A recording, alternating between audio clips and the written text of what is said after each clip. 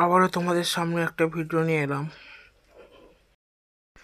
আলুর চিপস বানানোর জন্য 2 পিস আলু নিয়ে নিয়েছি, আর এখানে নিয়েছি আলু চাঁচা মেশিন। এই মেশিনে চাঁচবো, দেখো ওই জায়গাটাতে চাঁচবো, কিন্তু এই আলুটা এইভাবে চাঁচবো না, চাইলে ছোট ছোট হবে। আর আরভাবে চাঁচলে বড় বড় পিস পাবো। তা এইভাবে চাঁচবো, চেঁচে একেবারে জলের মধ্যে চেঁচে নেব। নিয়ে দেখুন বন্ধু ফ্রেন্ডস, কি সুন্দর হয়েছে, একদম পাতলা। এটাকে ভালো করে ধুইতে হবে, একদম পরিষ্কার, যতক্ষণ না জল হয় সেই হিসাবে ধুইতে হবে।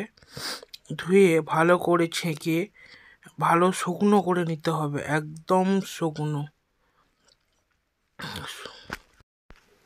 ছেঁকে নিয়ে ভালো করে আমি শুকাতে দেব। পিসগুলো দেখো একদম পারফেক্ট, বড় বড় দোকানে চিপস চা খাও তার থেকে বড় বড় হবে।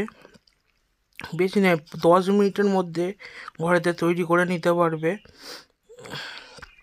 খুব সুন্দর খেতে, দোকানের চিপস হার মেনে যাবে। ভালো করে জল সরে গেলে টিস্যু পেপার দিয়ে ভালো করে একটা একটা করে মুছে নিতে হবে, আর যাতে না জল থাকে। কড়ার তেলটা গরম করতে দিয়ে আলুর চিপসটা আমি তেল গরম হয়ে গেলে দিয়ে দেবো। দেখুন দিয়ে দিলাম, কি সুন্দর হয়, কালারটা দেখুন কি সুন্দর এসেছে। আর এইভাবে যদি বাচ্চাদের দেওয়া যায়, দোকান থেকে না কিনে, দোকানে অনেক কিছু কেমিক্যাল দেওয়া থাকে চিপসে, বাচ্চাদের খেলে ক্ষতি। এগুলো বাড়িতে তৈরি করে দিলে খুব সুন্দর হয়, দারুণ হচ্ছে। এইভাবে করলে দারুণ হবে, ক্রিসপি হবে, মচমচে হবে, আর এটা রাখতেও পারবে। আর এসছে না, তোমরা করে খেলে বিশ্বাস করবে না যে এত টেস্টি একটা জিনিস 10 মিনিটে হয়ে যায়। 10 টাকা 5 টাকা একটা প্যাকেট কিনলে কটা পিস থাকে? একটা 5 টাকার প্যাকেট কিনলে 3টে কি 4টে পিস থাকে। তারপর ভাঙা ভাঙা একটা আলু দিলে তোমার 20 টাকার চিপস বানিয়ে নেওয়া যাবে।